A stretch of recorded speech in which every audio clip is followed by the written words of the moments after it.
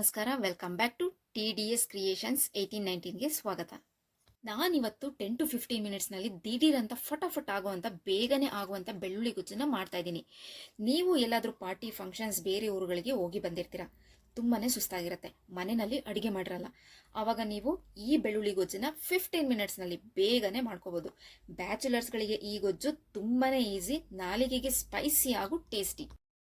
ಬನ್ನಿ, ಇಂಗ್ರೀಡಿಯೆಂಟ್ಸ್ ಏನು ಬೇಕು ಅಂತ ನೋಡೋದಷ್ಟೇ ಅಲ್ಲ, ಗೊಜ್ಜನ್ನು ಕೂಡ ರೆಡಿ ಮಾಡೇ ಬಿಡೋಣ. ಮೊದಲು 50 ಗ್ರಾಮ್ ಆಗುವಷ್ಟು ಅಡುಗೆ ಎಣ್ಣೆಯನ್ನು ತೊಗೊಂಡಿದ್ದೀನಿ. ಈ ಗೊಜ್ಜಿಗೆ ಆಯಿಲ್ ಜಾಸ್ತಿನೇ ಬೇಕಾಗುತ್ತೆ, ಹಾಗಾಗಿ ನಾನು 50 ಗ್ರಾಮ್ ಆಗುವಷ್ಟು ಅಡುಗೆ ಎಣ್ಣೆಯನ್ನು ತೊಗೊಂಡಿದ್ದೀನಿ.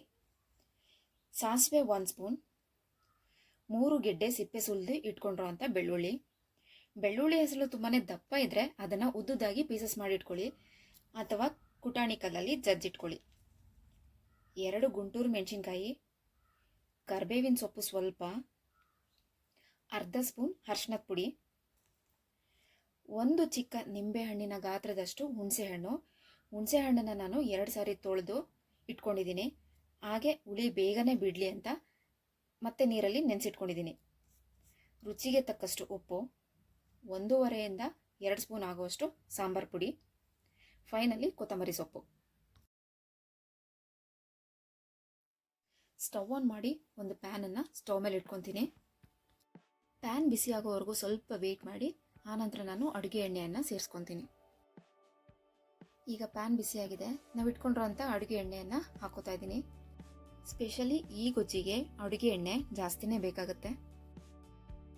ಎಣ್ಣೆ ಬಿಸಿಯಾಗಿದೆ, ಈಗ ನಾವು ತೆಗೆದಿಟ್ಕೊಂಡಿರೋಂಥ ಸಾಸಿವೆನ ಹಾಕ್ಕೊಳ್ಳೋಣ. ಸಾಸಿವೆ ಚಟಪಟ ಸಿಡಿದ ನಂತರ ನಾನು ಬೆಳ್ಳುಳ್ಳಿಯನ್ನು ಹಾಕೋತಾ ಇದ್ದೀನಿ. ಬೆಳ್ಳುಳ್ಳಿಯನ್ನು ಹಾಕೊಂಡಿದ್ರ ಹಿಂದೆನೆ ಗುಂಟೂರು ಮೆಣಸಿನ್ಕಾಯಿ ಹಾಗೂ ಕರ್ಬೇವಿನ ಸೊಪ್ಪನ್ನು ಕೂಡ ಹಾಕೋತಾ ಇದ್ದೀನಿ. ಬೆಳ್ಳುಳ್ಳಿ ಸ್ವಲ್ಪ ಕಲರ್ ಚೇಂಜ್ ಆಗ್ತಿದೆ ಅನ್ನೋವಾಗಲೇ ತೆಗೆದಿಟ್ಕೊಂಡಿರುವಂಥ ಅರ್ಧ ಸ್ಪೂನ್ ಅರಿಶಿನದ ಪುಡಿಯನ್ನು ಹಾಕ್ಕೊಂಡು ಹಾಗೆ ಕೈ ಆಡಿಸ್ಕೊಳ್ಳೋಣ.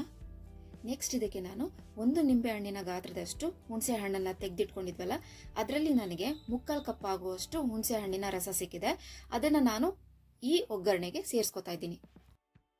ನಂತರ ನಾನು ಅದೇ ಕಪ್ಪಲ್ಲೇ 2 ರಿಂದ 3 ಕಪ್ ಆಗುವಷ್ಟು ನೀರನ್ನು ಹಾಕೋತೀನಿ. ನೀರನ್ನು ನೀವು ಎಷ್ಟು ಬೇಕಿದ್ರೂ ಹಾಕೋಬಹುದು, ಬಟ್ ಅದು ಚೆನ್ನಾಗಿ ಕುದ್ದು ಗೊಜ್ಜಿನ ಹದಕ್ಕೆ ಬರಬೇಕು, ಅಲ್ಲಿವರೆಗೂ ನೀವು ಚೆನ್ನಾಗಿ ಕುದಿಸ್ಕೋಬೇಕಾಗತ್ತೆ. ಇದಕ್ಕೀಗ ತೆಗೆದಿಟ್ಕೊಂಡಿರುವಂಥ 2 ಸ್ಪೂನ್ ಸಾಂಬಾರು ಪುಡಿಯನ್ನು ಸಹ ಹಾಕೋತೀನಿ. ಸಾಂಬಾರು ಪುಡಿಯನ್ನು ಹಾಕೊಂಡಿದ್ದ ನಂತರ ಸ್ವಲ್ಪನೂ ಗಂಟಿಲ್ದಿರೋ ರೀತಿ ಚೆನ್ನಾಗಿ ಕೈ ಆಡಿಸ್ಕೊಳ್ಳಿ. ಈಗ ಇದು ಚೆನ್ನಾಗಿ ಕುದ್ದು ನೀರಿನ ಕ್ವಾಂಟಿಟಿ ಅಂದರೆ ನೀರಿನ ಪ್ರಮಾಣ ಕಡಿಮೆ ಆಗಿ ಗೊಜ್ಜಿನ ಹದಕ್ಕೆ ಬರಬೇಕು, ಅಲ್ಲಿವರೆಗೂ ಚೆನ್ನಾಗಿ ಕುದಿಸ್ಕೋಬೇಕಾಗತ್ತೆ. ಇದೀಗ ಚೆನ್ನಾಗಿ ಕುದ್ದು ಸುತ್ತ ಎಣ್ಣೆ ಬಿಡ್ತಿದೆ. ಈಗ ಇದು ಗೊಜ್ಜಿನ ಹದಕ್ಕೆ ಬರ್ತಿದೆ.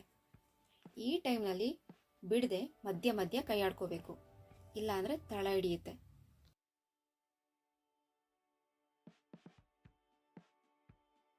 ಇದಕ್ಕೀಗ ರುಚಿಗೆ ತಕ್ಕಷ್ಟು ಉಪ್ಪನ್ನು ಸೇರಿಸ್ಕೊತಾ ಇದ್ದೀನಿ. ನಿಮ್ಮ ಮನೇಲಿ ಯಾರಿಗಾದರೂ ಜ್ವರ ಶೀತ ಆಗಿ ನಾಲಿಗೆ ಕೆಟ್ಟಿದ್ರೆ ಈ ಗೊಜ್ಜನ್ನು ಮಾಡಿಕೊಡಿ, ನಾಲಿಗೆಗೆ ಹಿತವಾಗಿರುತ್ತೆ, ಬೇಗನೆ ರಿಕವರ್ ಆಗ್ತಾರೆ. ನಾಲಿಗೆ ಕೆಟ್ಟಿರೋರಿಗೆ ಇದು ರಾಮಬಾಣದಂತೆ ಕೆಲಸ ಮಾಡುತ್ತೆ. ಫ್ರೆಂಡ್ಸ್, ನಮ್ಮನೆಯಲ್ಲಿ ಈ ಗೊಜ್ಜನ್ನು ಮಾಡಿದ್ರೆ ದೊಡ್ಡೋರು ಮಕ್ಕಳು ಹೋಗ್ತಾ ಬರ್ತಾ ಈ ಗೊಜ್ಜನ್ನು ಟೇಸ್ಟ್ ಮಾಡ್ತಾ ಇರ್ತಾರೆ, ಅಷ್ಟು ಅದ್ಭುತವಾಗಿರುತ್ತೆ ಈ ಗೊಜ್ಜು. ಈ ಗೊಜ್ಜನ್ನ ಬಿಸಿ ಅನ್ನದ ಮೇಲೆ ಹಾಕೊಂಡು ತಿಂತಾ ಇದ್ರೆ ಆಹಾ, ಅದ್ಭುತವಾಗಿರುತ್ತೆ. ಫೈನಲಿ ಗೊಜ್ಜು ರೆಡಿ ಆಗಿದೆ. ಇದಕ್ಕೀಗ ಕೊತ್ತಂಬರಿ ಸೊಪ್ಪನ್ನು ಆ್ಯಡ್ ಮಾಡ್ತಾ ಇದ್ದೀನಿ. ಫ್ರೆಂಡ್ಸ್, ನೀವು ಈ ಗೊಜ್ಜನ್ನ ಮನೆಯಲ್ಲಿ ಮಾಡಿ ಹೇಗೆ ಬಂತು ಅಂತ ಕಮೆಂಟ್ ಹಾಕಿ. ನೋಡಿ, ಚೆನ್ನಾಗಿ ಕುದ್ದು ನೀಟಾಗಿ ಎಣ್ಣೆ ಬಿಟ್ಟಿದೆ. ಈಗ ಇದು ರೆಡಿ ಆಗಿದೆ. ಈಗ ಸ್ಟವ್ ಆಫ್ ಮಾಡಿ ಒಂದು ಬೌಲ್ಗೆ ಟ್ರಾನ್ಸ್ಫರ್ ಮಾಡ್ಕೊತೀನಿ.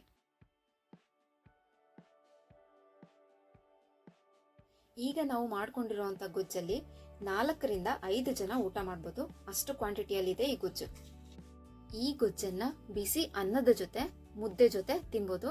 ಗೊಜ್ಜು ಈಗ ರೆಡಿಯಾಗಿದೆ. ಯಾರೆಲ್ಲ ಹೊಸದಾಗಿ ಚಾನಲ್ನ ನೋಡ್ತಾ ಇದ್ದೀರಾ, ಸಬ್ಸ್ಕ್ರೈಬ್ ಮಾಡ್ಕೊಳ್ಳಿ, ಲೈಕ್ ಮಾಡಿ, ಶೇರ್ ಮಾಡಿ, ಕಮೆಂಟ್ ಮಾಡಿ, ಪಕ್ಕದಲ್ಲೇ ಇರೋ ಬೆಲ್ ಐಕಾನ್ ಮೇಲೆ ಕ್ಲಿಕ್ ಮಾಡಿ. ವಿಡಿಯೋ ನೋಡಿದ್ದಕ್ಕಾಗಿ ಧನ್ಯವಾದಗಳು.